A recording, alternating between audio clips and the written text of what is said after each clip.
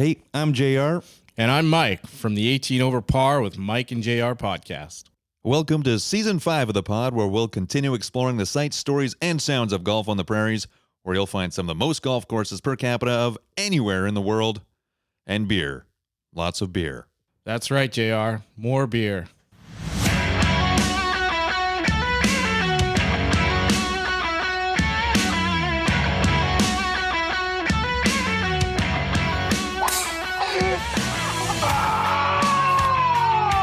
It's the 18 Over Par podcast with Mike and JR. You suck, you jackass.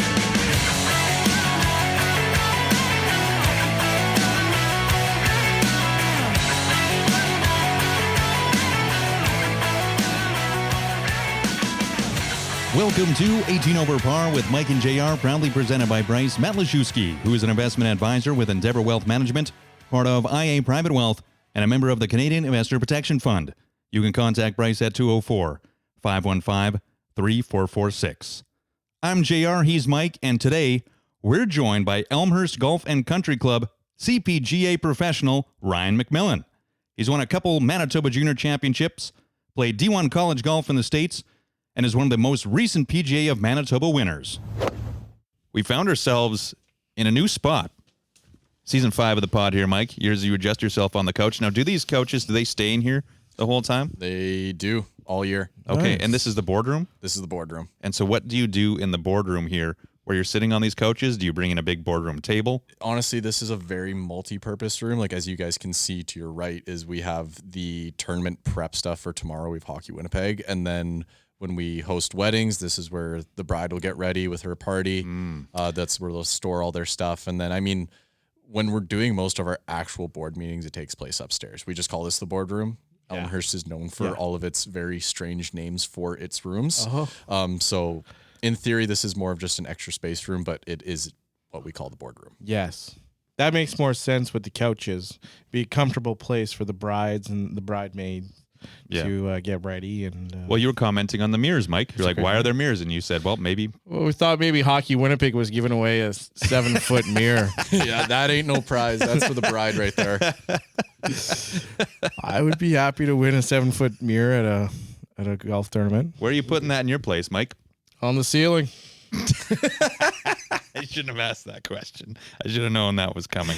But on the topic of tournaments, Golf Manitoba, we had a mini one here, so we were invited out. Brian Munns, shout out to Brian Munns, put on a fantastic event. He's been doing some wonderful things for Golf Manitoba, and I'm not just pumping his tires because he now invites us to these events, although jokingly on the way in the car to Elmhurst, saying it's funny how Mike only shows up to the dinner events, whereas I show up to the golf events. That's right. Yeah, I'm only in it for the food. Yeah, you know what? Know a time and place, though. Know your spot. Exactly. But we got the chance to play here, and I think there was 4 or 5 groups, and I was playing with Brian Munns and Sue from Golf Manitoba, and Sue, hell of a time. We got to get her on the show. But you were more than welcoming here at Elmhurst.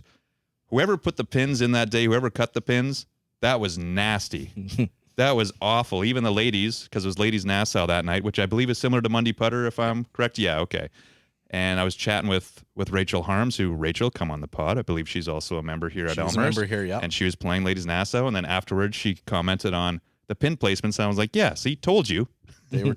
I played that day as well, actually, in the evening, and I could not believe hole 1, hole 18. 18 was brutal. I had 6 feet for birdie. I had 4 feet, and it went all the way up to the hole and back down.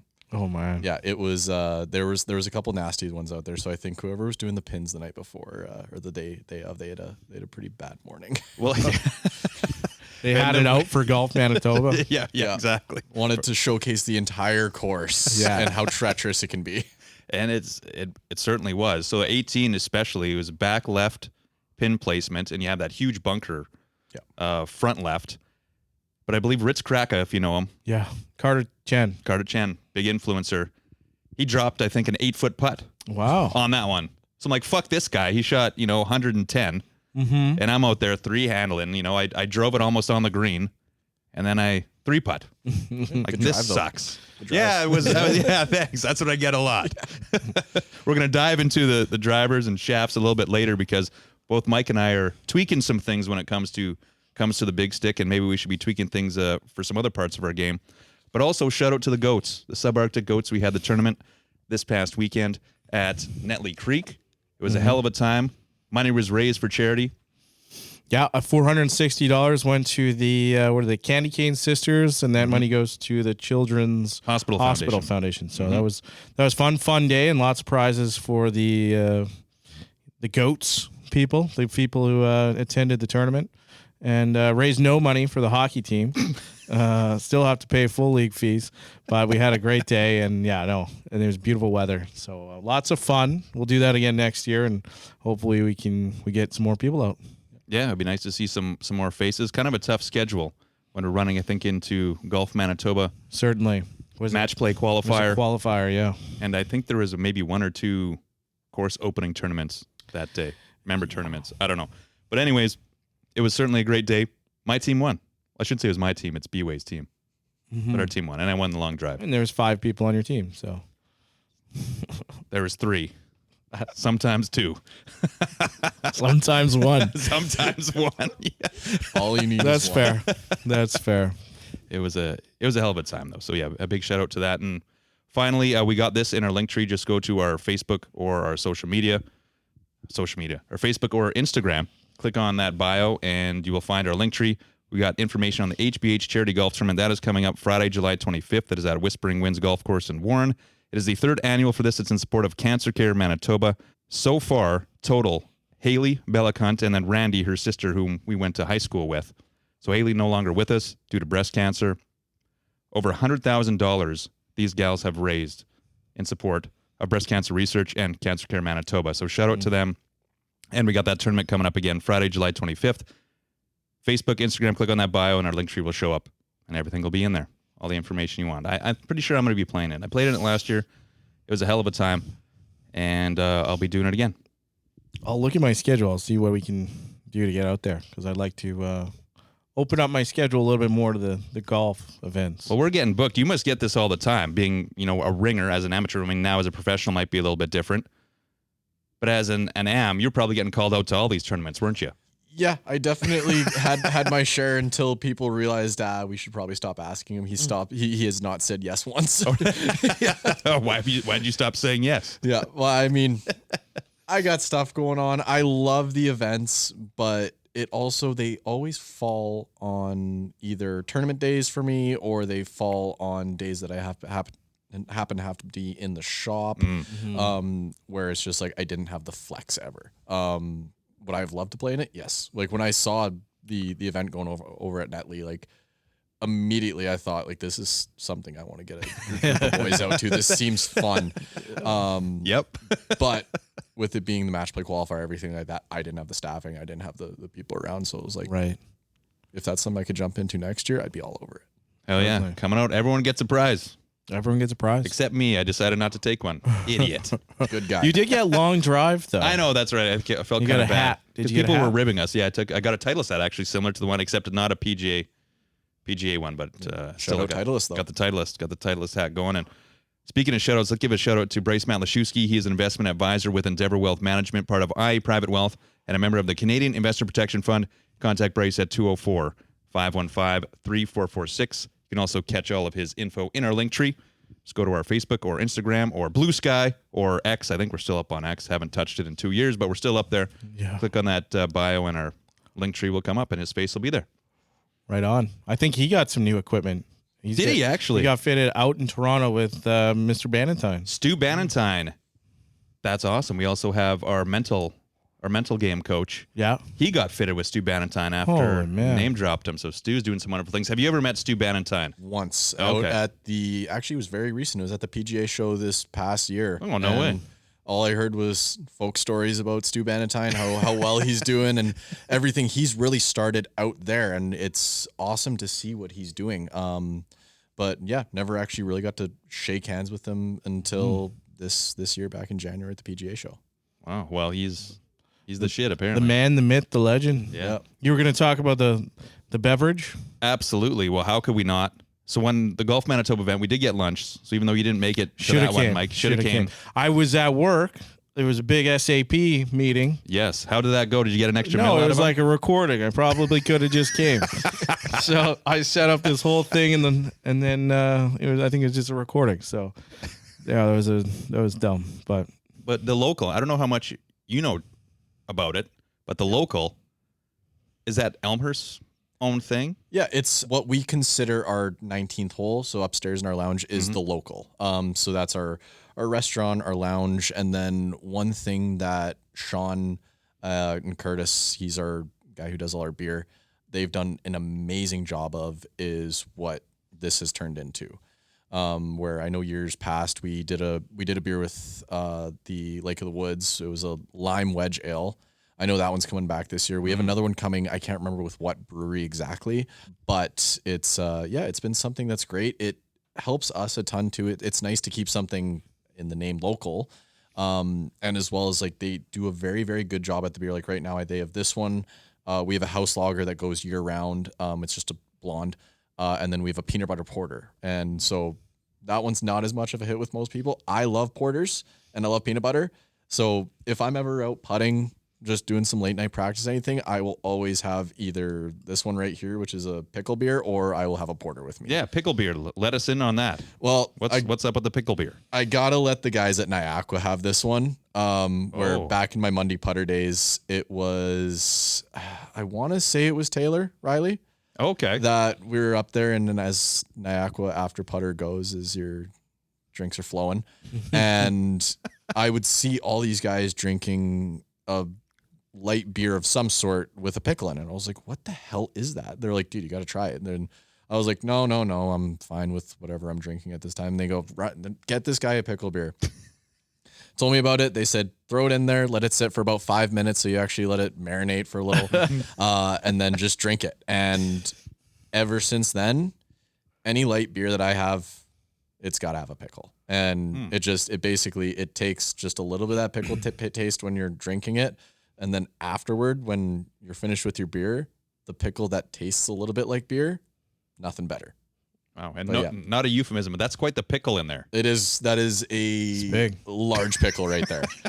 I feel like this is going to turn to sweaty balls. It might.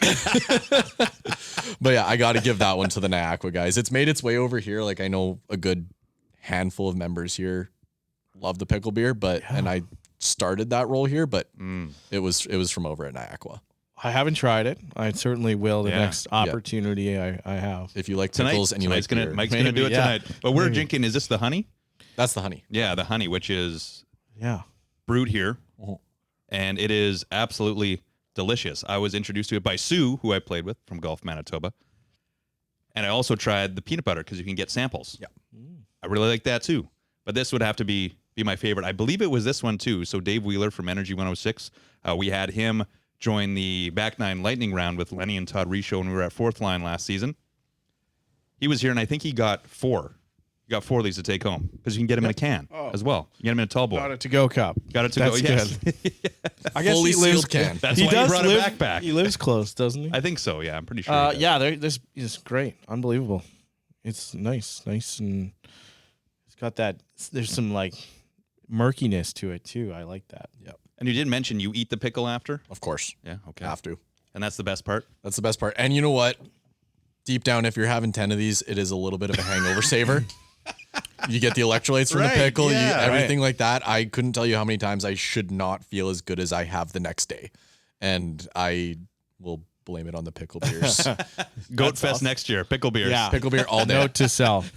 And is it brewed on site, or there's somebody like brewing this and then you guys bring it in? That one is a good question. I want to say it's brewed here. It's because I know Sean's always checking on it. Curtis works here, and they're kind of the two that are focused on it. So for it to be offsite would it's kitchen and brew pub. Me. Right. Straight out of the sink, actually.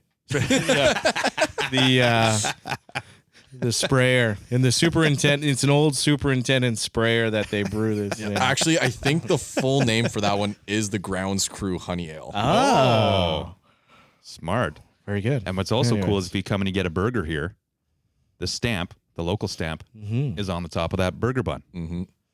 It's just fantastic. I enjoyed myself so much. Now look at me. I'm glowing. You haven't laughed. Like, You've glowing. just I haven't. You know what? You're been right. sleeping on these couches. Been there. Another use for the multi-purpose room, right? Exactly. Wow. Well, it's been 15 minutes already. So let's get into, how did you get into golf? Kind of comes with the last name. Yes. It's been in the family for a long time. Where I mean, all my two uncles and my dad, they got into it because of my grandpa. And then ironically, all three of them got into the industry. All very, very different paths where it's pretty cool to see in the PGA what you can do, where it's like you look at what my dad does now and he's the GM here. You look at Butchie and all he does is teach out at Rossmere and he loves it. That's his passion. But then you look at from more of an admin side or more of a business side, and then you have my Uncle Rob, who has been the rep at Acushnet now for, I want to say somewhere around 10 years. So there's so many different paths you can go on this. And I've got pretty firsthand at what you can do. So that's kind of what pushed me into the industry, is knowing like getting a business degree, the passion for the game, and then just really, I've done mostly the teaching side of things now. I love the teaching. I love the business side of it. And yeah, it's been my second year in it now. And I absolutely love it. But what really got me into golf is the family. I was never pushed into it. It was I mean, indirectly, Right. Where Where there's golf stuff was just lying around. Yeah, there's pictures of me before I could even walk at Golf Central, just pushing over range buckets and being a menace to society there. So it was never forced upon me, but it was something that I've been around my entire life. So naturally, it was something I fell into. But yeah, I can't be more thankful for it. Who did you get lessons from? Did you get lessons from your dad, or did you not listen to him like most sons do? I was pretty good at listening to my dad. Okay. I went through my phase of thinking that he knew nothing and I knew everything, just like Right. every teenage boy does. But yeah, he was very much figure it out as you go for me. Where it was, I got a couple lessons here and there from outside. Like I know DI's given me a couple lessons before. Andy Walker down in Arizona has given me a couple lessons before. But it was mostly him, where if anything felt way off, I would just shoot him a quick text. I'd be on the range. I'd be like, I cannot stop shanking it. Can you please come to the range and look? And he'll give me a 10, 15 minute tune up and say, okay, you're good to go. Go figure it out. But yeah, it was a lot of him driving me here with him to work, dropping me off all day. I would mostly just hit balls, go out, play a quick round. And yeah, a lot of figure it out myself, which, for a lot of the juniors out there, there is so much great coaching now. But at the end of the day, where you learn all of your feels, where you learn pretty much every skill aspect of the game, it's got to be from there. It's got to be just go out there and doing it. And I mean, that's coming from someone who is a coach that I like to tell a lot of those junior students, like, these are the tools you have, but at the end of the day, go have fun, go enjoy the game that you are developing a love for, because that's the only way to keep in love with it, rather than someone looking at your swing every 2 weeks or looking at your swing every 5 days. And us as coaches is we always have to find what's wrong in the swing, right? It's our job to figure out what we can get better at, where at the end of the day, they're still developing, they're still getting better. They're, as a golfer and as a person, that they're ever changing, and so are their swings. So it's kind of good to give them the base and then let them, like I did, go figure it out. Go figure out what this game is all about. Wow, I wish I would have had that advice when I was a junior. Yeah. I think we're still kind of figuring it out. We are aren't we? very We all much are. so. Yeah. I wondered on this. I wondered. Did you spend some time at Transcona Golf and Country Club? Because did your dad work there at some point? And Yeah, that that would have been was- around when your junior years were. Yeah, he started here when I was 11, and in that year he was still kind of switch hitting. So I think he was still the head pro at Transcona while it was his first year as the GM here. So he was doing both.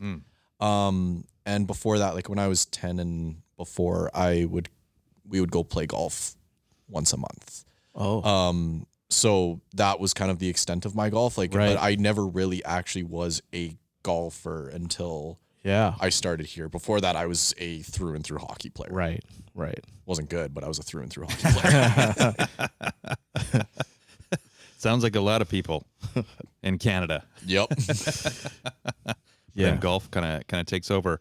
Have you seen maybe a change in some of the juniors? You mentioned, kind of we're growing up, just get there, go out there and have some fun and learn it out on the course. Now it seems like it's an overload of analytics and data and social media. Do you see a lot of juniors maybe approaching you or their parents approaching you and say, okay, like I want the stats, like I want the data? To a degree. I mean, not the stats, the data as much, but if they have a bad tournament, it's immediately, okay, we need to fix this.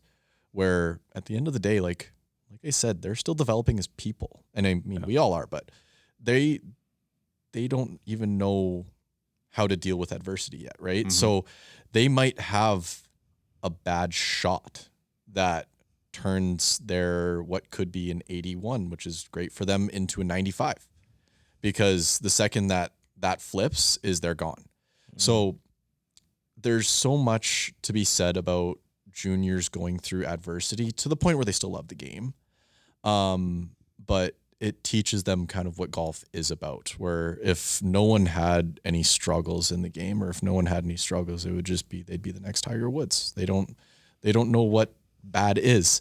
Where when you're figuring out that game as you go, it's very much something that's necessary. And I find that there's so many parents out there that care so much about their kids and don't blame them. If I was a parent, I would be the exact same way. That there's no worse feeling than watching your kid play bad golf, because you just want to go out there and be there for them.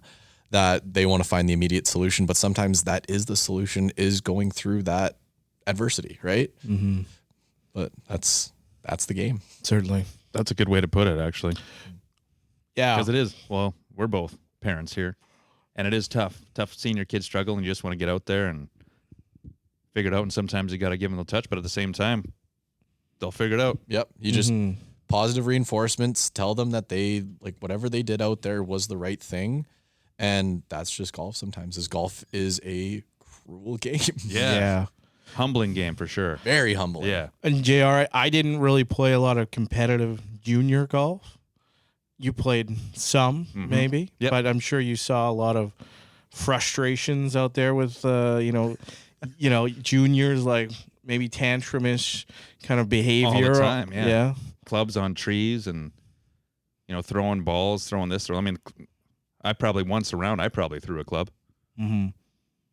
Never snapped anything, never put anything around a tree, but I know quite a few people who did. And I'm sure you wanted and it was in to. tournament. Oh, absolutely. Yeah, absolutely.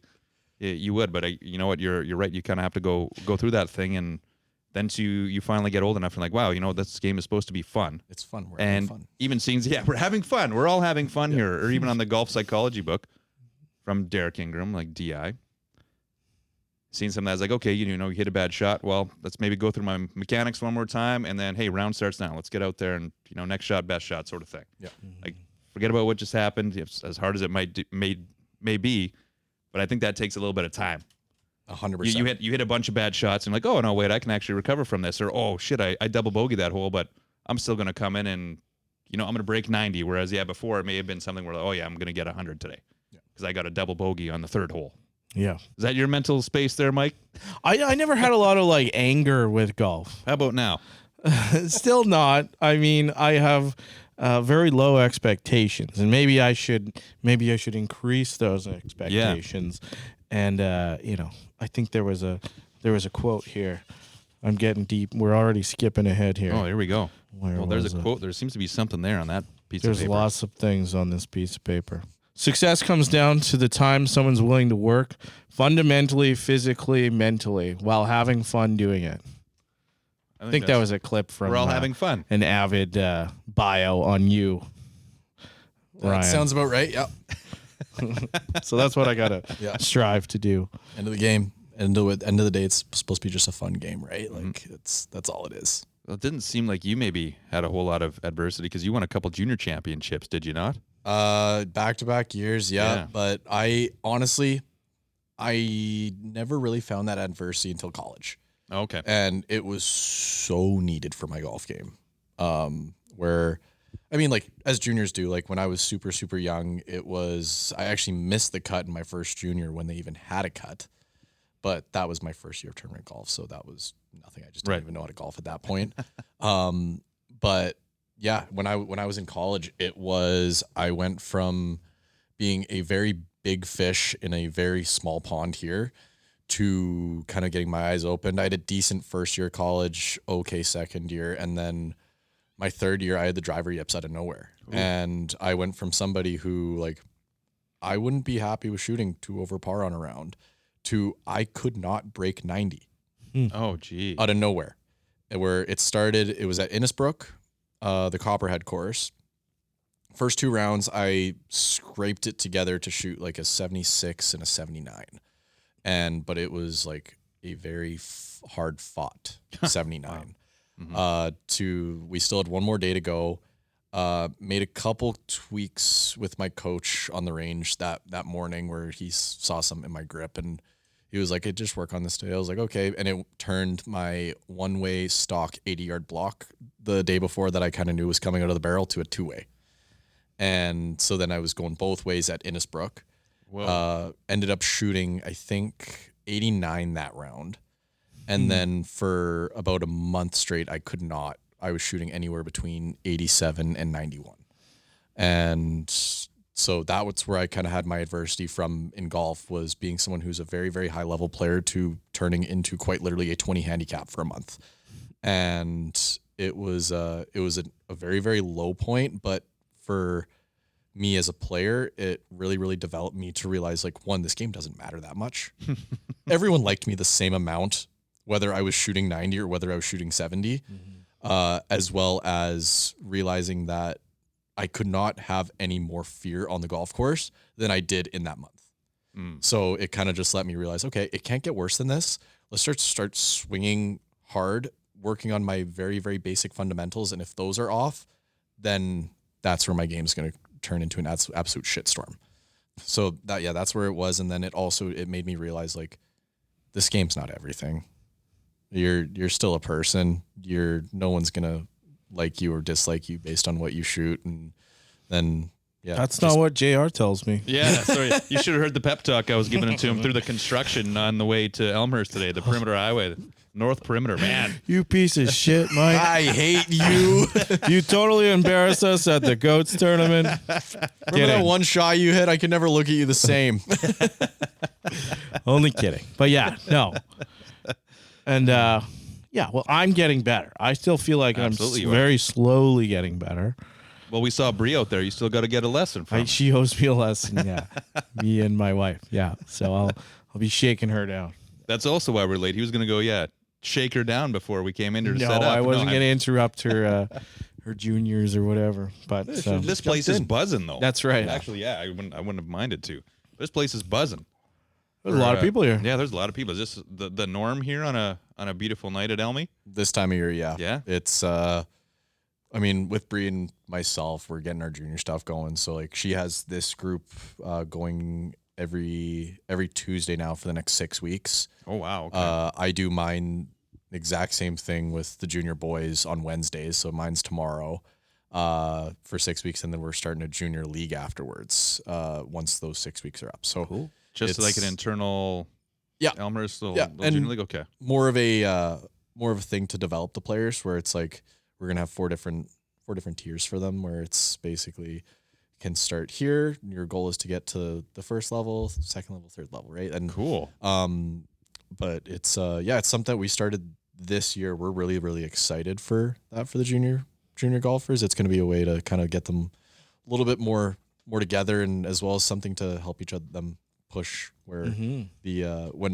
when I was a junior, when Bree was a junior, we had a unbelievable junior program where it was very similar stuff and never really fell off, but we kind of stayed consistent with it. And her and I are really wanting to kind of bring it to another level again. But it's all good. It's all fun stuff. And then Thursdays are men's nights. Fridays are very heavily corporate days. And then Saturday, Sundays are country club Saturdays and Sundays, where it's a gong show up until about 2:00, and then it's a dead after that. We take a quick break to hear from Taylor Staten, a certified mental performance consultant at Upper Mentality, helping athletes build strong minds. And golf is 90 to 95 to 100% mental. What are some common things that you see in golfers that we can improve on mentally? I think one of the big things that comes to mind for me is learning to manage expectations. You think about it, you get on the course and you get a couple holes in, maybe you have a birdie, a couple pars, and you're thinking, oh, this is the day, right? And I'm shooting scratch today, or it's my best round ever. Next thing you know, you have a double bogey, you go OB, and it quickly dwindles away. So I think for a lot of golfers, it's about managing their expectations, but then also learning how to stay in the moment more. As a great Dr. Bob Rotella talks a lot about making your next shot your best shot. Obviously it's a lot easier said than done, but when golfers can stay more in the moment and kind of take it more one shot at a time, the results tend to take care of themselves. Mike is a big breathing guy. He likes to breathe. He doesn't breathe very well, but are there any breathing exercises that you can do to maybe calm your nerves or to get you amped up if you need to get amped up for the game? Yeah. Or for a shot? Absolutely. Good question. So breathing, I actually really like how you mentioned you can use it both to kind of push you both ways, whether it's to calm down or to fire you up. One thing that I notice when I teach a lot of athletes breathing is that a lot of people think that they're taking a deep breath when really they're not.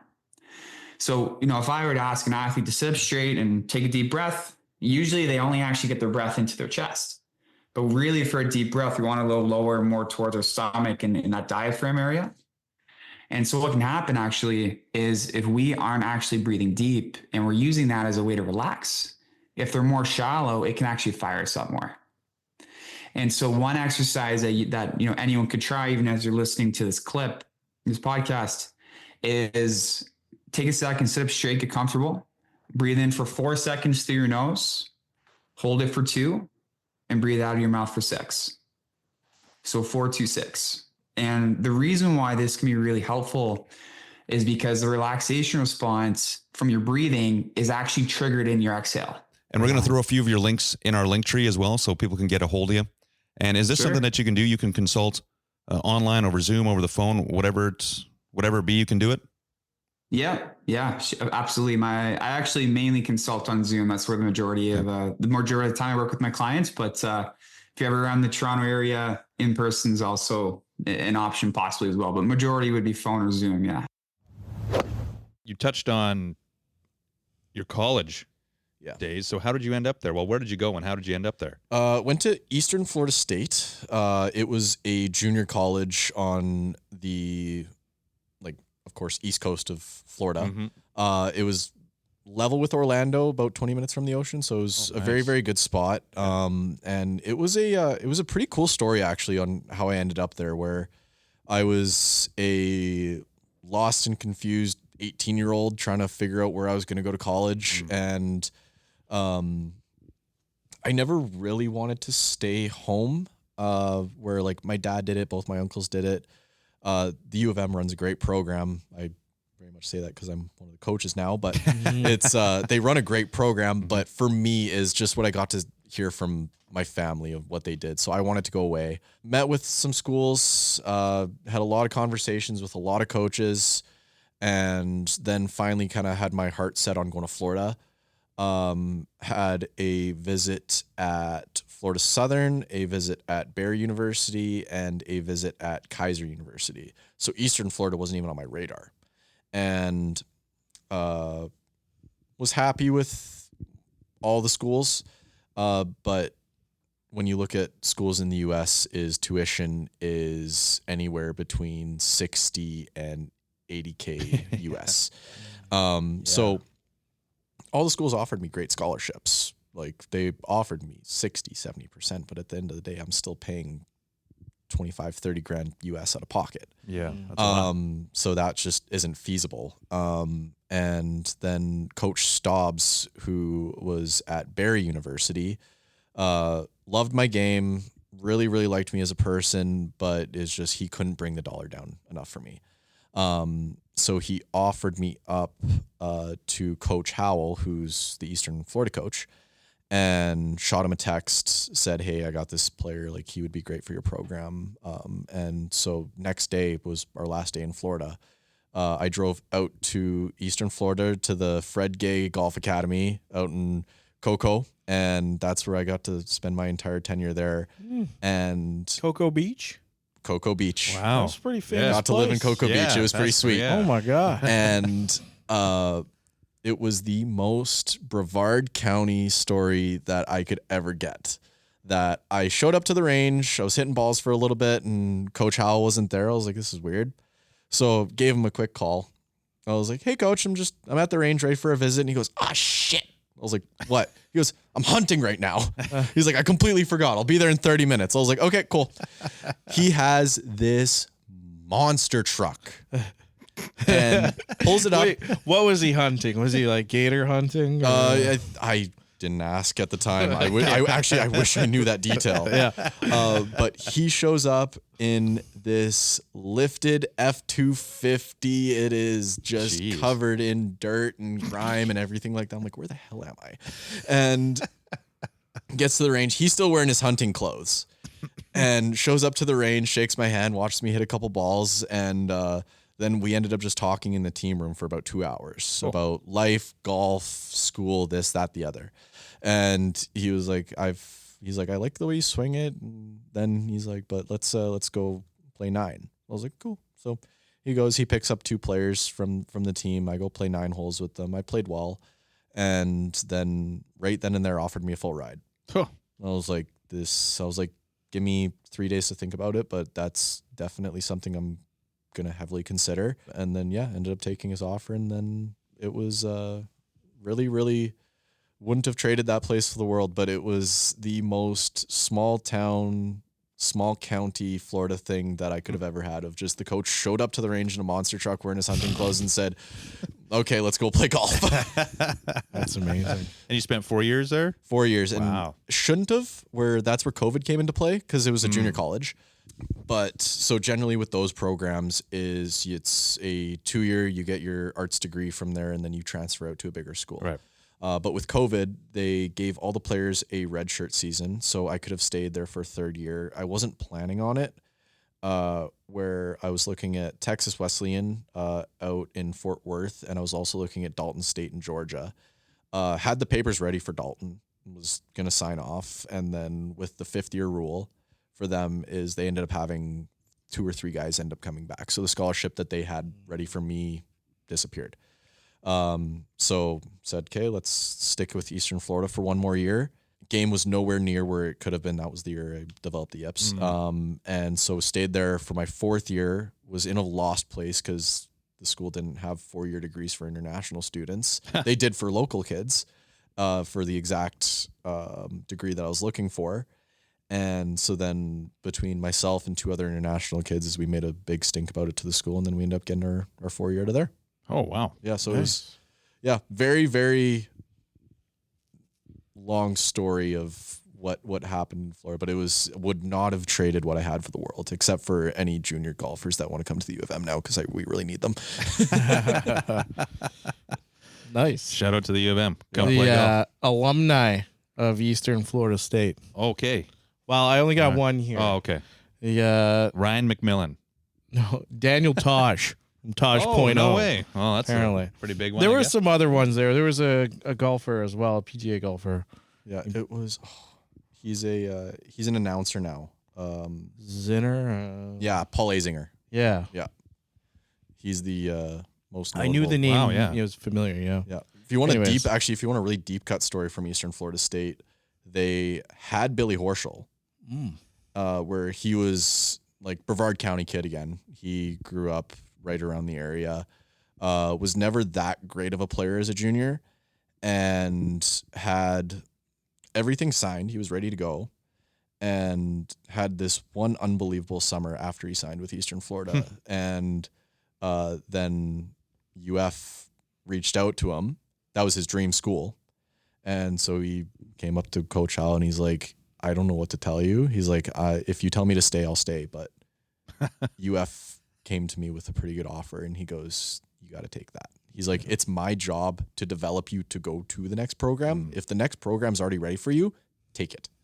But yeah, so Billy Ho was Eastern Florida signed for about a couple months. Very cool. That's great. Just passing through. Yeah, just passing through on his way. Meanwhile, you were there for 4 years. And I got stuck there for 4. Me and Pontus Torgner from Sweden. We didn't know what to do with ourselves anymore. Well, that's pretty good. I mean, what a place to be stuck in. Yeah, it was. It was the best. I can think of a few worse places there. And so what were the rules? Maybe they're still the same on international students, because we've heard you can bring some in, and like it doesn't matter. Do you have to have a certain amount of Americans or locals, or how does that work? JUCO's weird. Where they have as many scholarships as the school will allow for them. Mm-hmm. So more often than not, it's pretty much the entire team. It doesn't really matter if you're international, local, anything like that. Where if you do look at more of like the D1, D2 programs, they have, I want to say for D2, they have 4.5 scholarships that they can give away. So it doesn't matter how many kids are international, local, anything like that. No, but the international kids cost more money because they have all of their visa fees and this and that and the other. Gotcha. So a lot of schools will keep their kids either in state or in country. And then if they got a couple real beauties, then they'll go out international. But for the most part, local, just because it's how much money they can spend. What else you got in your papers there, Mike? A lot of stuff. What did you highlight, by the way? You have some things highlighted. We're not there yet. Oh, okay. We're Sorry. not there yet. Well, I had it says one back-to-back Platinum Coast Invitationals, which I did a deep dive on that. Seemed like an amateur tournament down in Florida or in southeast. It was right where I went to school, and that might be the coolest tournament when I've ever had. Where it's won my juniors, had good finishes kind of everywhere, but those ones are very, very close to me. Where first one was kind of the first time I beat everybody on my team. I always had one or two that would nip me every tournament. So, and I wanted to play off against our number one guy when I was in my last year of school. So that was pretty cool. And then the absolute best one was the year after I was done school, because after I won, I knew I wasn't going to win again, or at least I thought I wasn't going to win again, because it's Winnipeg winter and I don't touch clubs. But I had to be there for a wedding. So same time as the Platinum Coast, I said, fuck it, I'm going to play. May as well. And so I was the guy who finished second all year, the year before, and I beat in a playoff. I was in his ear the entire time, just nipping. I'm like, oh, I'm going to get you again this year, going to get you again. Fully accepting that I wasn't. And so it was my second round of the last 2 months. And I shot 72 the first day. Didn't know how. And the last day, same thing. I'm just chirping him because I know he's going to kick my ass the next day. I didn't even warm up. I'm sitting there. I'm having White Claws in my cart while everyone's grinding. I know my place at that point. Ended up shooting 64 the last day, beat him by 2. And I bogeyed my last 2 holes of the day. Oh, wow. Yeah. Amazing. But so it was scorecard. Was that the course record? That was the course record. Rockledge Country Club. Rockledge Country Club. So that's where I got that course record from. And so I shot that course record finishing bogey. And it was my third round in 2 months. Holy crap. Maybe there's something to that. Yeah. Absolutely not, because I played the next day and I think I shot like 85. What's the course record here, and where's the first tee? Literally, Tiger Woods. So that's kind of cool. Maybe that was. Would you say that's your most notable achievement? We talked about the juniors, and now as a PGA of Manitoba member, you've had a couple wins, at least a couple wins. Yeah, I've PGA Manitoba. Actually, I already got one under my belt this season. Yeah, too. congratulations. Thank you. The Shrixon, I always call him the Shrixon. You play Cleveland Shrixons, Spring don't you? Pro-Am. No, that's Mooney. Oh. Lefty, Team Lefty Mooney plays those. But yeah, the Shrixon and the Cleveland Spring Pro-Am, you won that. And then last year, you won the PGA of Manitoba. Yeah, the Callaway Championship. Won the Callaway. I won the Fall Championship, which is also tied with the Assistants Championship as well. So last year was a great season for me. It was really cool. I would say. And that was your first official season as a PGA of Manitoba, correct? Yeah. Yeah. So it was pretty sweet. And like, I wouldn't say that those are my most notable achievements in golf. for sure up there because it's my first professional win, which is awesome. But I would say it's anywhere between, it's neck and neck between that second Platinum Coast win. I finished 4th in my last Canadian Junior, as well as my first ever professional round. I qualified for the Open. Yeah. So that was, I would say, looking at all of those, I would say probably the Open Monday Q would be the top of those. But they all are. Because you had turned pro, and then like 2 days later, you Monday qualified for the 23 Manitoba Open. Yeah. Where was your player ability test? Was that still like a thing? They still have it. I was lucky enough to get exempt from it. Yeah, that makes where sense. that's one. I good shot thing. a 64. Actually, and it was the most gratifying thing ever because they had a PAT at Glendale 2 days prior to that. So did I know I was going to get an exemption? Yes, because I've had a number of tournament rounds that have met the qualification. So I just have to kind of post one of those and I get through. But then 2 days after, the Monday Q is at Glendale, and I ended up shooting 66 in Monday qualifying for the Open. So I was like, okay, that's my little chip off the shoulder. I got my PAT that day. Right. Yeah, no kidding. Oh my goodness. That's pretty cool. Yeah, 66. And you got to play with Morgan Barron. Yeah, I got to play with the Morgan Open. Barron for 2 days and Travis for the 2 days, and I got to play with Travis in the Monday qualifier. Fredberg? So, yeah. And so that was pretty sweet too, because Travis and I didn't play together for, I think, probably 5-6 years before that. So we went all this time, and then we got to play 3 rounds in a row together, which was pretty sweet. Yeah, maybe I'm wrong, but it seemed like you came up with a pretty good crop of juniors. Yeah, and maybe that kind of helped you get to where you are today, or even playing the junior league that you had going on here. Yeah, it definitely helped my development a ton. Where it's like you had your Zach Sackett's the world, Devin Shades, Travis Fredbergs, Marco, who's actually working in the pro shop right now. He's the newest attempting touring pro, and he's doing a damn good job at it. And then like the Braxton. So like my class for juniors was very, very top tier. So it was like, for me to be able to compete, I knew I had to be a good player. And you see that a lot more now too, which is awesome. You saw a little bit of a dip in the scoring between the junior, the MJTs, everything like that in that older level. But now it's back to like, okay, you got to fire a 66, 67 in the MJTs to be right up there, which is so cool to see again. We could add Marco on too at the same time. No, he's got to do cash. I was going to out. say, yeah. He's writing names on scorecards for Hockey Winnipeg tomorrow. That's how you learn. And then quick segue, 26 Manitoba Open will be hosted here at Elmhurst. So you'll be trying to qualify for that. Definitely will be trying to qualify. I'll be trying to qualify this year too, because the Monday Q is here. Right. So, and it doesn't interfere nice. with our fall That makes championship. sense. Yeah, I guess the qualifier for next year probably wouldn't be here. It won't be here. Yeah, I think this year, if I have another chance to do it again, this is a good place, of course. Yeah. Been here forever, but Can't imagine the pins. for a Monday Q, they'll keep it pretty light. Yeah, okay, good. There's a lot of players who are going to be nervous enough as it is on that first day. They don't need to trick it up. Right, yeah. Well, because this year it's at Breezy Bend. So it was 5 years. It was at Southwood. I believe it was 5 years. Or close to it. And now we got the rotation going. I love the rotation. The Manitoba rotation here. Yeah. Great to showcase the courses. Yeah, which is nice. And also, different look for the pros.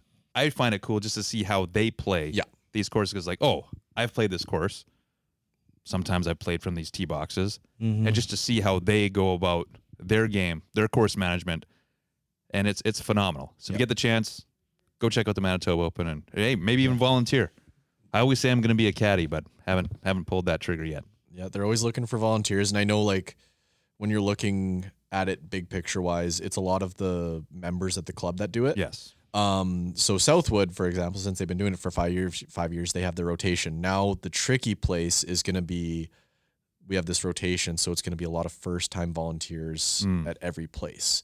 So if you're someone that's outside of the courses that are being hosted, definitely put yourself up to be on that volunteer board, because it's going to be, it's a good time. You get to have tickets and you get to see it from a perspective a lot of people do. Like, I know so many members here, when it was across the street, would go and be caddies out there, and they still have stories upon stories about their time caddying. So it's whatever you do out there, whether it's a runner, caddy, spotter. You're going to get a story from some pro, and it's you have your Tony Finau's of the world who played in this, JJ Spawn. Like it's you never know who's going to be up next, right? Corey Connors, Taylor Pendrith. And they can play. They can flat out play.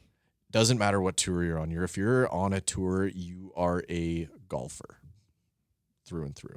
So you get to see some unbelievable. You're a professional golfer, not a golf pro, right? Is that what it is? Yep.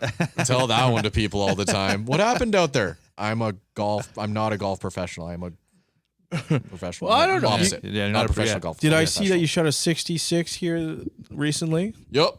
from the Golds? That was my first round of the year here. Oh, Wow. jeez. Yeah. Actually, I threw one out there. Disgusting. Threw one out there. I think it was on Sunday as well. Yeah. Where It was like a recent one. yeah, course record here 63. I've never been able to fees that one yet. And Yeah. couldn't tell you how many times I've shot 64 here. Oh, it's a fun course to play. Like I forgot, like I played it maybe almost 10 years ago when I was politely asked to leave, and then my first time back playing it. Yeah. How about the changes? It's a fun course to play. Yeah. It's a really fun course to play, even with those shitty pin placements. It was really fun and a good challenge. You have to be able to make some shots. You kind of have to shape some shots. Yep.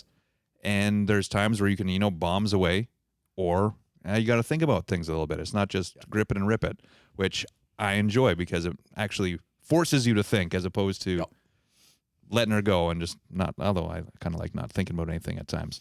Yeah. You're pretty good at shaping the shots, though, if you want to. If I want to, yeah. Well, you've played it a couple times last year. I did, yeah. And I think I started, the first time I played it, I was like +1 after 4 holes. I was like, oh my God, like this is pretty good. And then it Turn it up. turned That's around. the stretch you got to survive too. Quickly after that, it kind of went downhill. But yeah, I think I had the driver yips for the last 5 years. So, Well, as I said, I know that, and that sucks. yeah. There's no worse feeling.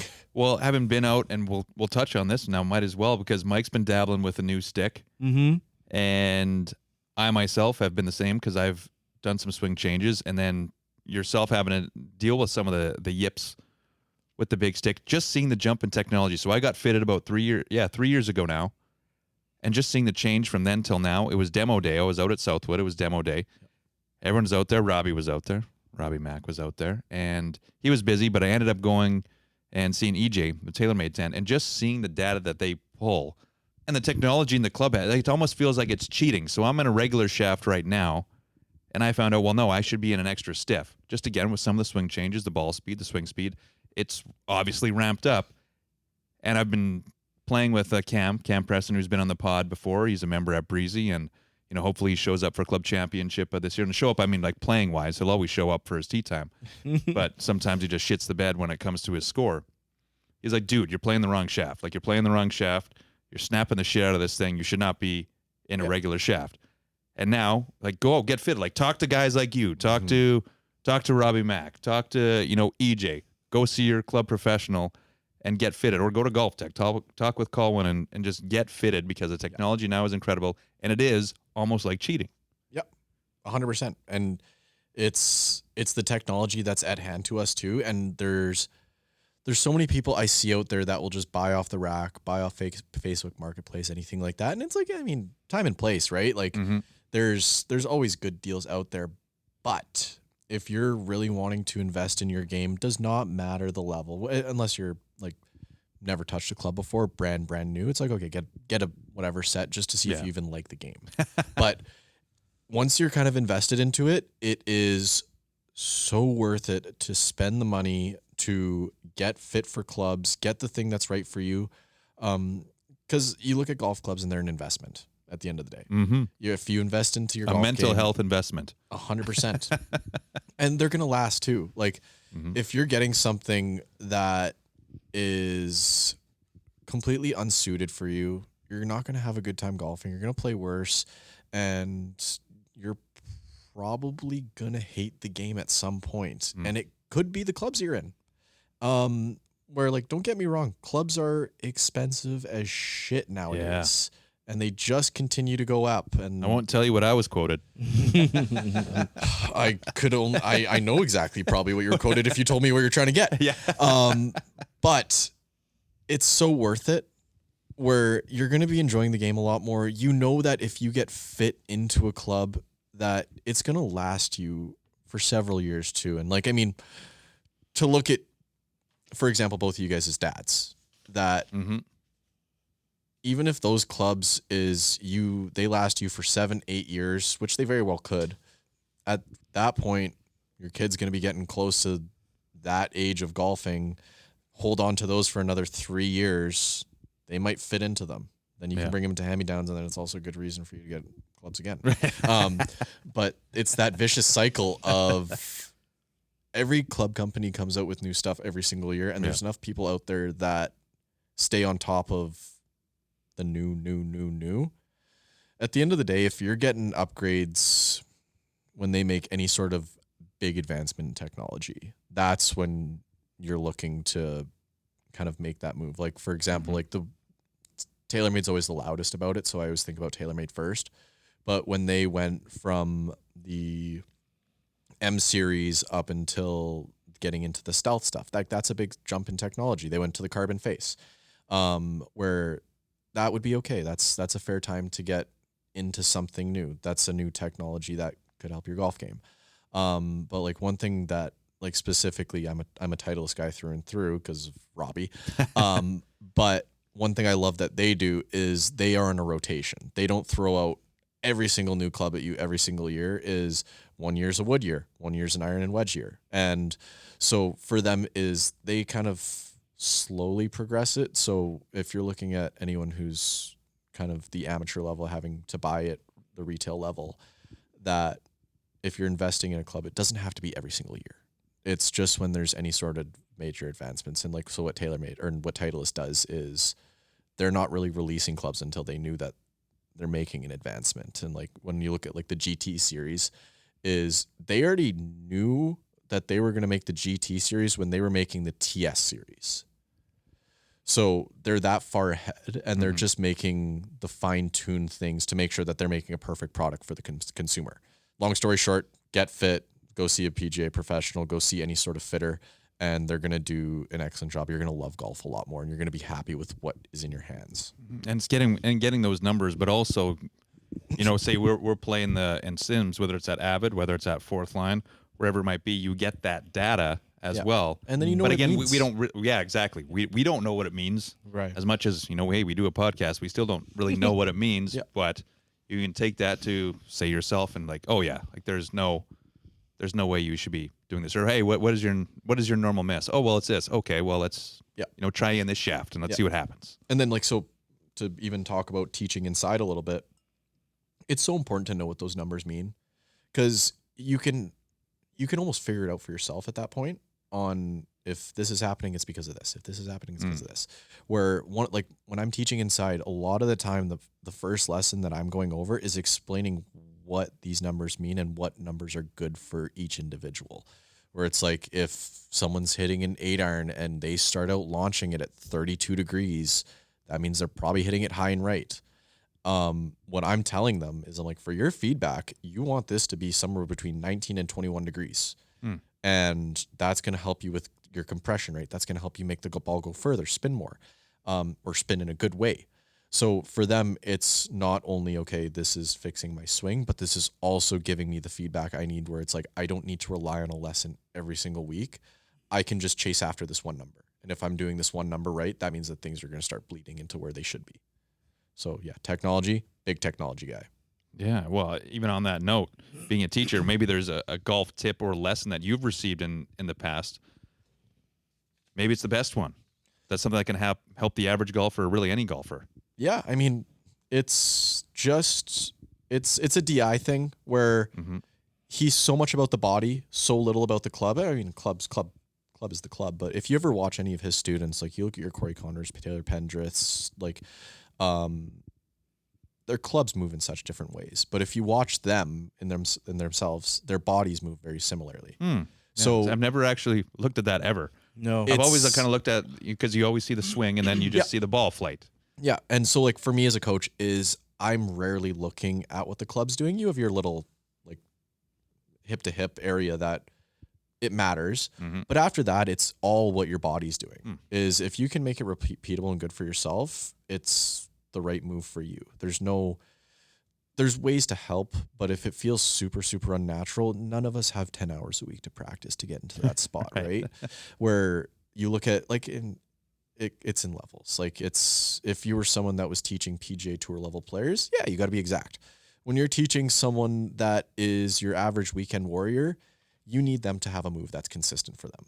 And so I'm so much into the body mechanics of the golf swing, what the feet are doing in the golf swing, because that's something that can always be very, very repeatable, and your fundamentals.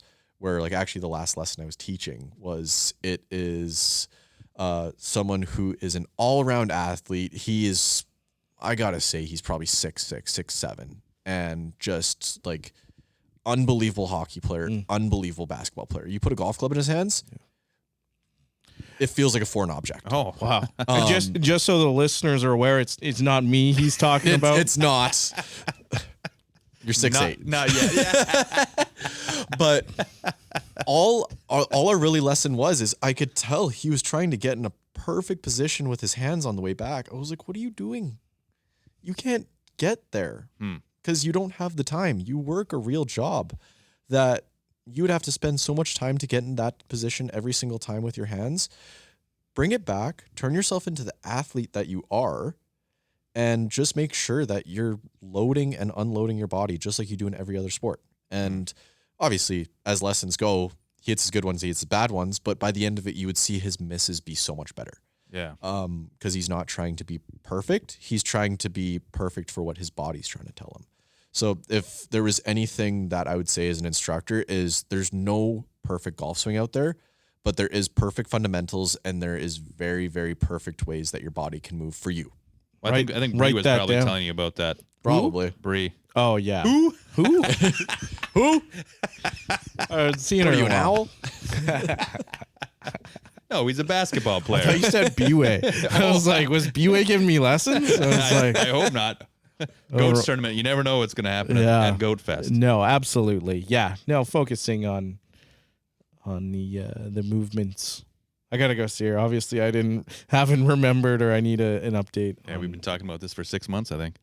Yeah, It's coming, She's though. very busy. Right. She is very busy. Right, fair. That's true. That's true. It's all on She Bree. is. She's She's actually like huge shout out, Bree. She's been here since what time is it? 9 now. She would have just finished cleaning up with the junior girls group now, I bet. And she's been here since 9 a.m. I shit you not. She's been teaching the whole time. Wow. That's a day in her life. That's awesome, though. She works her ass off. It's Yeah. awesome. Well, and it shows. Yeah. Does she ever golf? We don't know. She's gone better this year, I will Yeah, say. yeah, that's good. I think she's probably 3 games in this year, which for her is, I think I maybe saw her play 3 times last year. Wow. And see, and another thing we got to mention, I don't think we've mentioned it recently, is as a PGA of Canada, or specifically PGA Manitoba, you don't get to play a lot of golf. Nah, You're usually maybe working in the shop or doing lessons. eh. All Time right. and place. Okay, Like fair enough, you fair gotta, enough.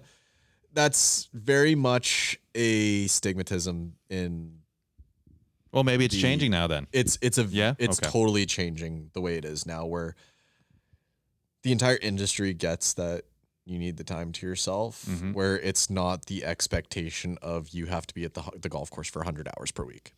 It's put in what you're under contract for shop hours. Like for myself is shoulder season, I'm 40 hours a week. Mhm. Peak season, I'm 50. And then on top of that, I have my lesson time. So do I end up working about 70, 75 hours a week a lot of the times? Yeah. Mm-hmm. But I also take Mondays completely to myself and I will play on Mondays. That's one thing I'm pretty religious about is get out here. I'm going to play. I'm not looking at my email. I'm not looking at my phone for work stuff because I need that for myself. Yeah. And then I always play at the tail end of men's night. And then generally speaking, I try to shut my teaching availability down somewhere mid-afternoon on Saturday. So I'll also try to play Saturday afternoons if I have the time. Right. So, yeah, I mean, you hear that golf pros can't play golf, reality of it is if you want to enough, you can make the time. Like I know even Maddie, he's on the same playing schedule as I am. He plays 1.5 to 2.5 times a week. And that's more than enough. Pretty good. That's pretty To good. be able to do it. Mm-hmm. Pretty good. Oh, Mike, did you actually wear your golf your shoes? golf shoes here? Yeah. Oh, I thought I was going to get fitted today. Right. Sorry. That's You told me I was getting fitted. There was a Callaway demo day today. Oh shit. See. No, I just don't have any other shoes. I was going to wear my dress shoes, but Actually, Maddie's got the same pair. they're super are nice. It's an Adidas retrofit or something like that. And the this crossover, is maybe? CrossFit, maybe. Yeah, or CrossFit. something. Because they're kind of they're spikeless, Yeah. and so you can use them indoors, right? You use This is those my ones second indoors. pair of them. Yeah. In the industry, we call it a good shop shoe.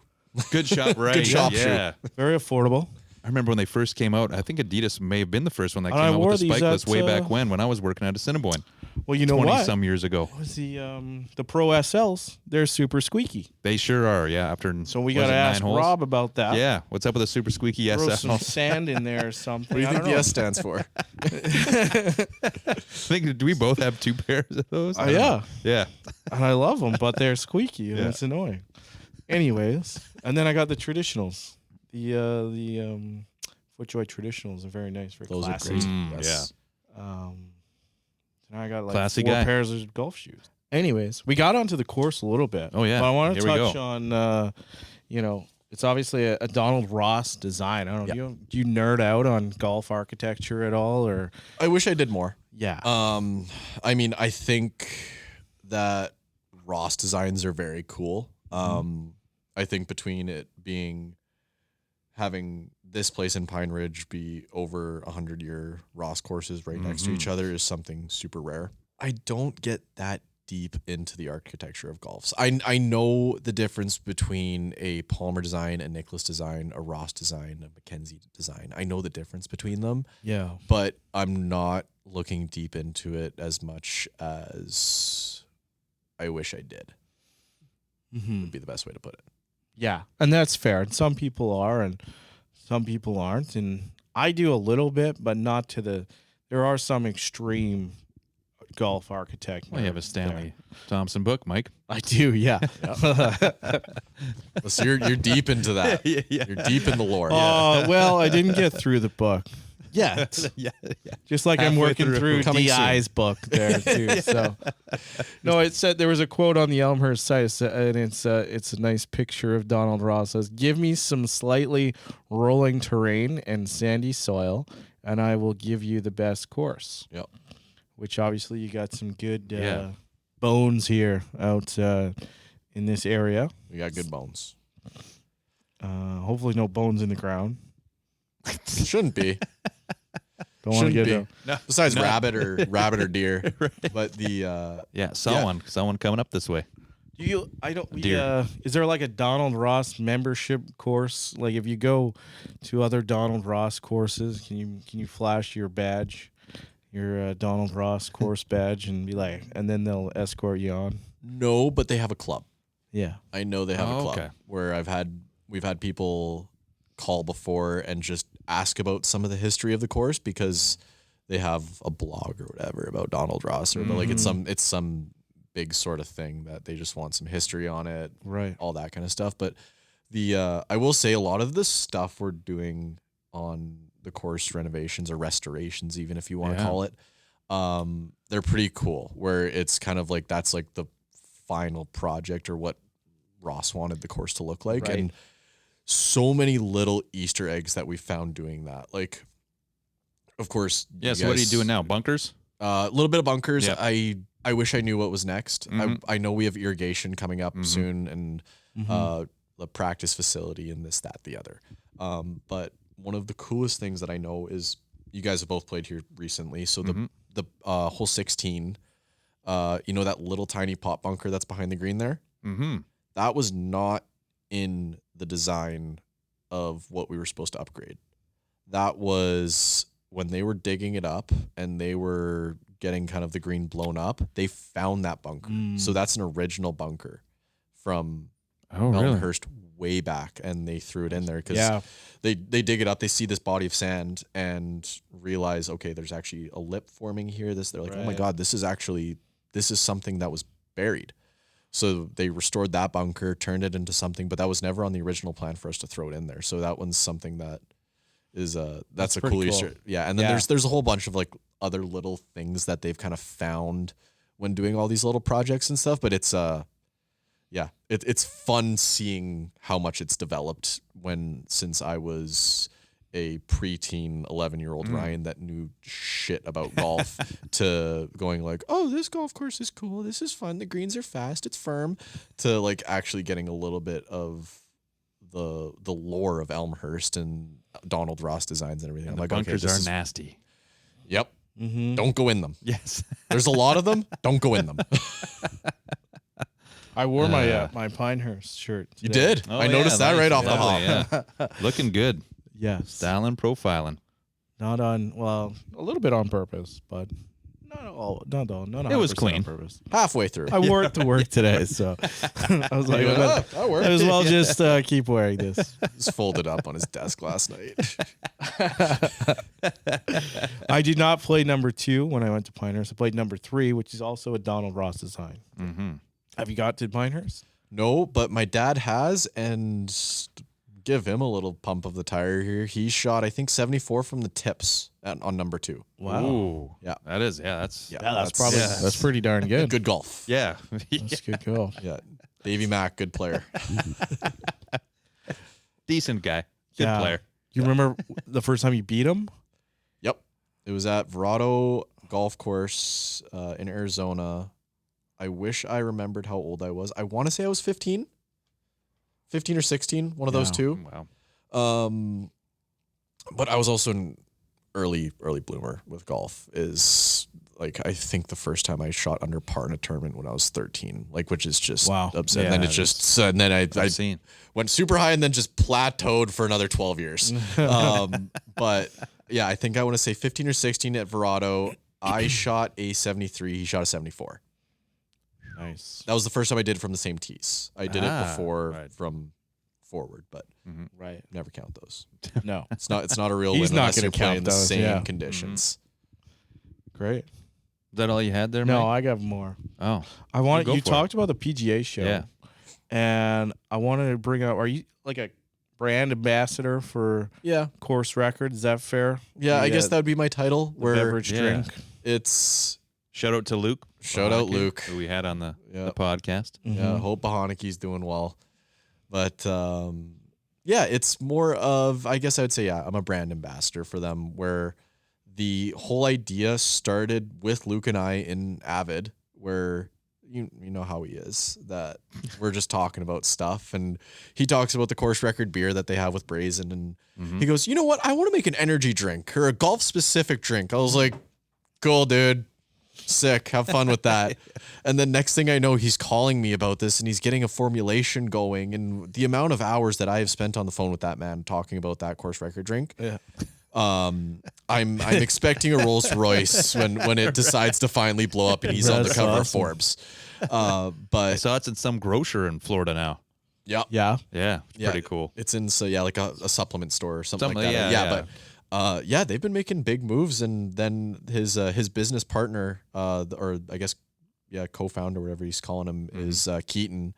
I got those guys together too, where Keaton, it was a really, really close friend for me during junior golf. He's an influencer on social media and all that kind of stuff, and business guy at heart.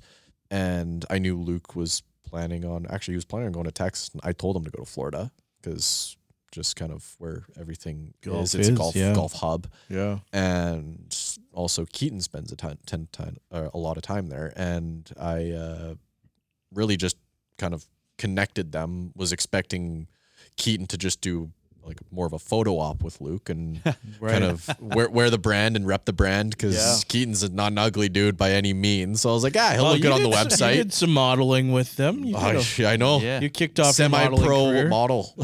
Yeah. Put that on your LinkedIn. But yeah, so I just kind of connected them just to see if That's cool. they would do a little bit of Keaton would shout them out on the socials and this and that and the other. Good for both parties. And then all of a sudden Keaton was all in on the drink. So yeah, they work together, they live together. Like it's pretty funny. Yeah, I full on. was staying with them during the PGA show. Watching their dynamic was probably one of the funniest things I've ever seen. Luke hated it because we both just bully him the whole time, where it's basically Keaton and I have the exact same personality and we love to just poke at Luke. So when it was two of us, he's like, why did I do this? He's Right, like, you guys suck. But yeah, overall, it was such a good time. A lot of late nights, a lot of early mornings where it was, Yeah. we were out till about 3 a.m. every night and we were Wow, up at the entrepreneurial grind. grind, as they call Yeah. it. Yeah, we were about 20 drinks deep at whatever club it was. And then we're like, wait, what time we got to be up? 3 hours from now? Okay, good night. Yeah. We've been invited to the PGA show. Mm-hmm. Go. Would love to go. Yeah. All Go. right. I'm not sure. I think we got to go under A club. A club, yeah. Yeah. So I'm We'll not get sure. there. Yeah, We but got some it's, connections. It's pretty sweet. Yeah. Like I've been doing it for a number of years now, so the pixie dust has kind of worn off for me, and it's just a big buying show at this point. But the first time you go, it is so eye-opening on how big it is. And I guess it's 50-50, the pixie dust, because they have a bunch of seminars for the PGA. Okay. So for me now, that's a little bit eye-opening again, where I'm like, I'm cool. I'm really excited to go do that part of it. But to go see all the booths and everything, I'm like, yeah, been there, done that. It's cool. But for the first 2-3 times I went, I was like, holy shit, this is the coolest thing I've ever seen. Just fully nerding out on golf. And everyone in the building is fully nerding out on golf. So it's hilarious. Just a bunch of dorks in the same place. Yeah. No. Mike will have his PO book out, Yep. cutting purchase orders in yeah. USD, My backpacks. Backpacks full of merch. full of T-shirts. We still got some T-shirts left. Some We H&W got Bar t-shirts. A very Hit us up in the DMs. limited run Limited supply. Yeah, we sold a lot at the Goats. tournament. Yeah. Finds out selling T-shirts to drunk people real easy. Yep. Then quickly on the course record, there was a Kickstarter Yep. that like a I don't know, what do you call it? What do you Kickstarter? It is a Kickstarter. Yep. But people don't- Fundraising. It's Sure, fundraising. fundraising, a Yeah. group crowd fundraising Yeah, crowdfunding. website. Yeah. I've done a few Kickstarters. Mm-hmm. I myself I bought into this one. Mm-hmm. What'd you come in at? No, you don't have to say, Mike, but Oh, it was $150, and then if they hit their record or their goal, I think they're close now. yeah, I think they're 85%. Yeah. Ends Thursday, June 5th. So this will drop on Monday, and then people so will we have should, a we few should probably days. put that up in our link tree. I think Let's put so. that up in our Put link it tree. on the right now. link tree. Put it on the link tree. But Get Course record. Go. So if Yeah. they hit their goal, yeah, I get 72 cans and a hat. That Hell works yeah. out to 50 cents a can. That's a That's steal. That's a steal of I a was deal. gonna say, I could sell. I'll I get could some- flip them. get some of that in the dirt on your Oh. front yard. Those things are worth like probably $9 a can in Canada right now. Yeah. Oh, the amount of traction it has in Winnipeg is unbelievable. Right. Oh, And yeah, you're even right. like, and then talking about like Toronto and GTA and everything because KV, but I've heard the amount of people who've asked me about course record and the amount of people I've just seen kind of looking it up and just even outside the golf community where, because there's so many golfers here that are golfers, but on the very, very rec level. But one of my roommates, Trent, I remember we were going to play a league game at a rivaling sim place over the winter, and he was telling me that he saw 3 different students at the U of M looking up course record and realizing that they couldn't get it. Right now. Oh no way! Yeah, of But so course, like the amount of traction it has is pretty sweet on the local level. So it's like I can't wait for it to be able to come just here. got to get it approved, Luke. Yep. He's been trying damn I know. hard. Cody's been trying really hard to do it. Cody's been working tooth and nail to try and get Avid to be an importer of it. Oh, okay. But long processes, you know what's been going on everywhere, and so it Right. slows it down. Yeah, But of course.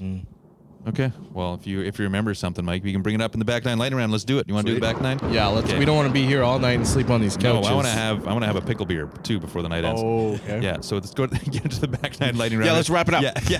It's, go. It's for Bryce Matlashewski, who is an investment advisor with Endeavor Wealth Management, part of IA Private Wealth, and a member of the Canadian Investor Protection Fund. You can contact Bryce at 204-510-5500. 888-815-3446. You can also check them out in our link tree. Just go to our Facebook, Instagram, Blue Sky, X, whatever it might be. Click on that bio, and our link tree will pop up, and Bryce will be in there. And we'll have the link to the course record Kickstarter campaign.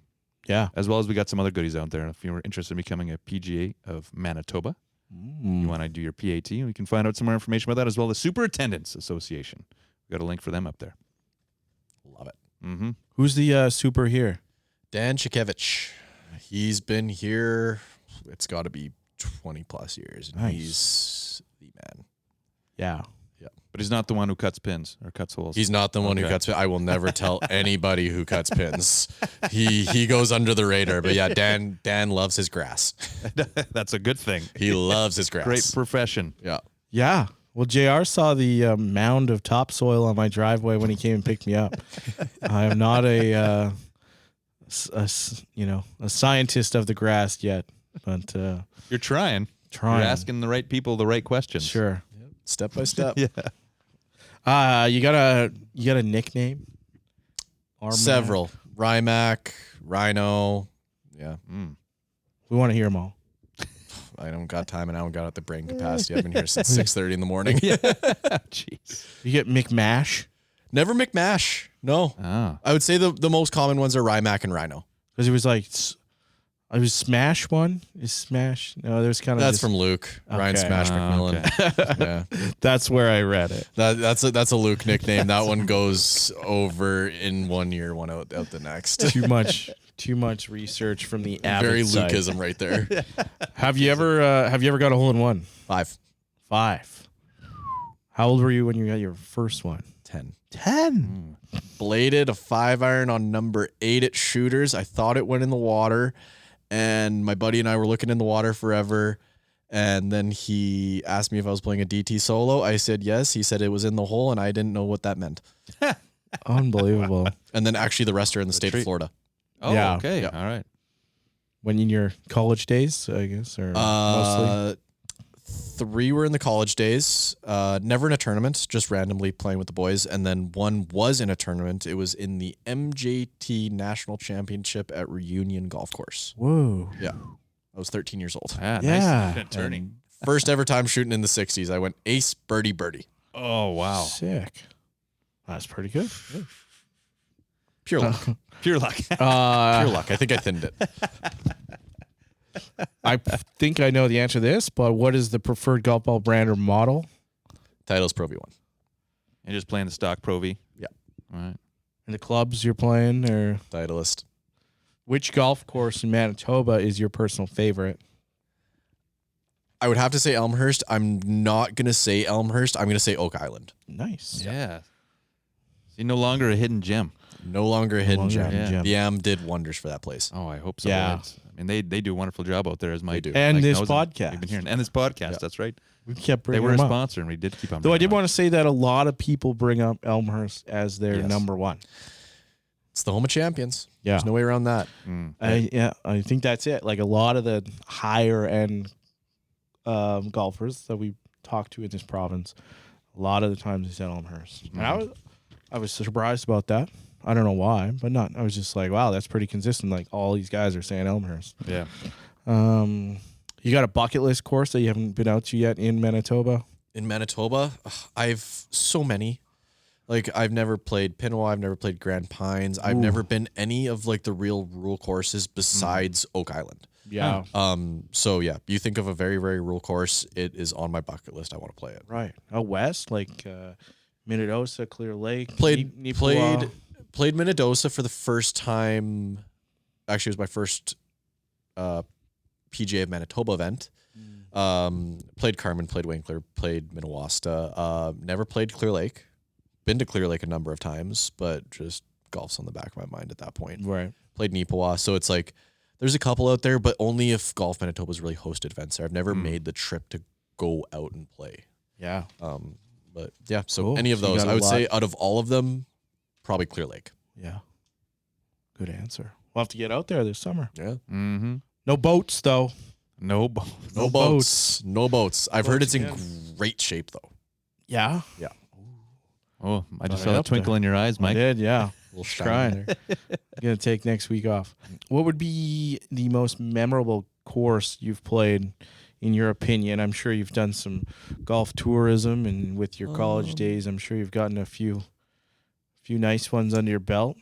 Yeah, I would say probably PJ National, Innisbrook, Lake Nona, and then within Canada, I would say the Glencoe. Oh, Yeah. when did you get to play there? Played Or in the why? Invitational a number of times. Oh, all right. So the Forest course, hardest course I've ever played. Yeah. Probably the best round I've ever played too. I shot 71 there one year in the tournament. Why is which- it hard? Just everything? 7,600 yards, bowling alley fairways, hard greens, long rough, fast greens, anything you could think of a golf course being hard. That's it. Oh, okay. Yeah. Sounds fun. Sorry, Glencoe's in Calgary, Calgary. or just outside Calgary. Okay. I I was never invited there, Mike. No. What? You lived in Calgary. I sure did. Did you golf out there? I played, south of the end of the city where Theo Fleury and Jared Detroit Right. were members. I remember. Mm-hmm. I remember now. You have a ultimate like dream bucket list course anywhere in the world. Standard Augusta. Mm-hmm. If I could ever play Augusta, I would say realistic Pebble Beach. Yeah. You're getting that a lot too. And that's maybe why the costs continue to skyrocket. Yep. Yeah. Supply and demand. People keep listening to this podcast. I mean, Detroit Country Club. No one wants to play at Pebble Beach. Make the prices come down. What about overseas? You want to get overseas and play out there? That's one thing I will do with my dad first. Oh, nice. Where I think like ultimate dream would be for my dad and I to go across the pond. He's been a couple times already. But yeah, if I could play Carnoustie, the old course, anything like that would be unbelievable. But that will be with him. Nice. What would be your career low round and where? Do we already know this answer? Or Yeah. 64 at the Platinum Coast Invitational. I shot 64 last year as well in the Larders Pro-Am. Ooh. Didn't even win. Shader nipped me by one. Oh, I think I remember seeing that. Asshole. Yeah. Sat me with him at dinner too. Oh, yeah? He Of does the course. scene. He's like, he comes upstairs. After he does all the scoring. No one knows who shot what, because we don't get to see it. He knows. He goes, "Good round today." I was like, "Thanks." Thinking my chest so thinking he's gonna let me say I won. He goes, Yeah. "Nipped you by one." I was like, "Fuck you." Oh, that's fun. We got to get him on. Oh, yeah. Remember, I was trying to say he was somebody's someone's cousin. Probably he's from Beausejour. Who was I can never remember. Someone's cousin. Like, oh, yeah, it's your cousin, right? On the podcast. And then they were like, no, not at all. He's not my cousin. Okay, got to check my research here. Speaking of research, your college bios are up there. So this one's God. this is Nice. my wild card question. How much can you bench press? How many wheels you tossing up? It's up now. I'm up to 245 now. Wow, Yeah. Small guy, but I got a little bit of power in there. that's Yeah. good. I got I'm sure that helps off the tee Yeah. No, and elsewhere. No? Okay. no, just for fun. That's more of a personal thing. Yeah, okay. Fair. Well, there's kind of a second question to that.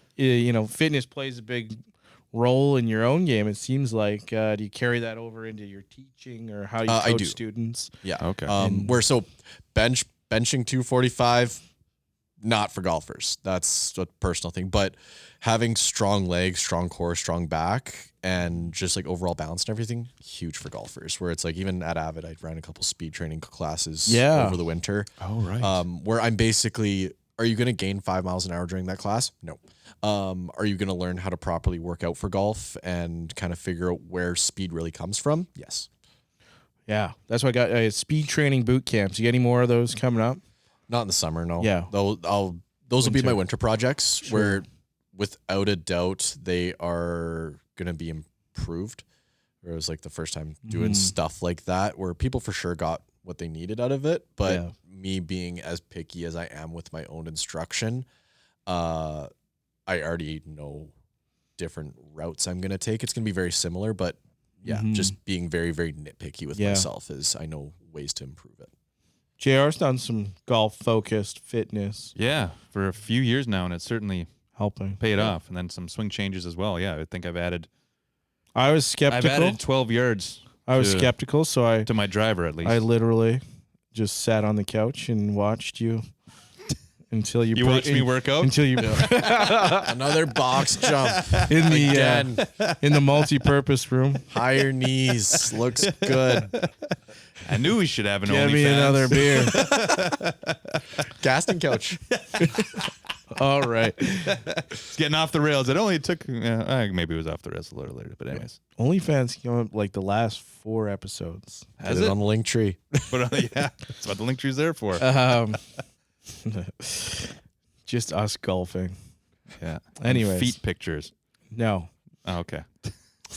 Anyways, we said we don't edit much. We might have to edit We might have that. to edit that one. Yeah. Sorry, Mom. Flagship question of the back nine lightning round. What is your favorite condiment? Favorite condiment? Yeah. Well, the servers upstairs are going to make fun of me, but ketchup. Ketchup. I am known as ketchup. Oh, wow. Yeah. Okay. Got a ketchup. I think ketchup's been pretty very popular this year. yeah. Love ketchup. What's your- Would we consider vinegar to be a condiment too? Absolutely. Yes, yeah. Okay, vinegar's right up there with me too. Vinegar, yeah. What That's we a had good last answer. time, banana peppers and jalapenos from Nate. Yep. The wiki at That was Belakers. Yeah, good because it too. doesn't necessarily have to be a sauce. It can be. I mess with a Something else. banana pepper too. Yeah, okay. Big condiment guy. But yeah, ketchup's at the top. What's your go-to sandwich upstairs or your order? What are you ordering upstairs? Just ketchup, a plate of ketchup, and a Pretty pickle much. here? Yeah. Pretty much. It depends. I got 3 different options. If I'm feeling good about myself, I'll get a chicken Caesar salad. If I want something that's going to kind of make me feel like garbage after, but tastes really good, I'm going to get the smash burger. And if I am hungover as shit, I am getting a curly fry poutine and putting ketchup on it. Ooh. Curly fry poutine. I didn't know there was a poutine that you had here. Oh, yeah. I think I had Oh, the wow. smash. That one's burger when off I was menu. here. It was really Oh, good. it is. Okay. That one's off Maybe menu. that's They'll why. make it All for right. you, but it's, yeah, that is my, if I order that, they know I really need it. Need Well, the hopefully you grease. don't need it tomorrow morning. But that was the back nine lightning round for Bryce Matlashewski, who's an investment advisor with Endeavor Wealth Management, part of IA Private Wealth, and a member of the Canadian Investor Protection Fund. You can contact Bryce at 204-515-3446. You can also check him out in our link tree. We will not have any link to OnlyFans on there yet, anyways. But just go to our Facebook, Instagram, our social medias, and click on that bio, and everything will be there for me for Bryce. He should put some content out there. I think you were saying of him getting fitted. Yes, Nice to he see. had some content. He also gave Stu a shadow box of the first club that he ever fitted. Right. So he Wouldn't sent me that a have been picture cool to of that. see? Yeah, Well, where is it, Mike? Show us the picture. the picture's on my phone. Okay. I will post it out. I don't know if I have Permission. You can ask Yeah, permission. I'm sure he gave us permission. I'm not sure. Somewhere down the road. Yeah. Yeah, Send a text message. that's permission. Free for all. That's all we need. That's all we need. Ryan, anything else for us, or do you want to wrap this up? And I'm going to try pickle beer. I don't know how late this place is open till, but I'm going to try one pickle beer. If Oh, it's yeah. still open. Oh yeah, got to try it. No, I mean, I'm good. I couldn't thank you guys enough for having me on. This has been tons of fun, but it's yeah. I listen to you guys as much as I can. It's Thank you. You guys got a damn good thing going, and I yeah, keep it up. It's something that is needed within the province. I know there's a ton of ears out there that love to know what's going on within us. So Yeah. And especially, too, I mean, again, go see your PGA pro. go see the PGA pros. Get fitted, get your lesson. Yeah. It's helped my game. Mhm. It's starting to help Mike's game, too. Ask him about shaft weights. Shaft weights, tempo based. Yeah, Tempo based. If you're a slower tempo guy, it's good to have a heavier shaft. If you're a quicker tempo guy, good to have a lighter shaft. all right. So Oh, okay. Did not know that. No, that clears up Yeah. some things. yeah, and then flex has to do with it too, but everything like that, and it's getting into the little fitting side of things. We could do a whole podcast on that, but Right. it's yeah, there's a couple rules you fit where it's like, if you look at it, flex doesn't really matter all that much to a degree based on your swing speed. It's all really looking at your transition. Like, you could have someone who swings at 120 miles an hour and a stiff shaft. It just depends on what they would do from point A to point B. Mm-hmm. So Yeah, Good see, to know. all right. yeah, every fitter, every PGA pro, they have the knowledge to properly fit you. But it's, yeah, like we said, something that is really, really important for the golf game. Makes you enjoy it. Yeah, certainly. I mean, I've hit 10 shots with that driver. I'm like, oh shit! Now I'm getting a demo. I'm going to try it out some more and see what happens. But this was great as always. We appreciate you taking the time and for joining us on the show. And yeah, let's. I'm gonna go have a pickle beer anyways. You can maybe go get some sleep, but I'm gonna have a pickle beer. Sure. Do it up. Okay. Have yourself a wonderful night. And we'll talk to you next time. Bye bye. So long. And you can count on me waiting for you in the parking lot.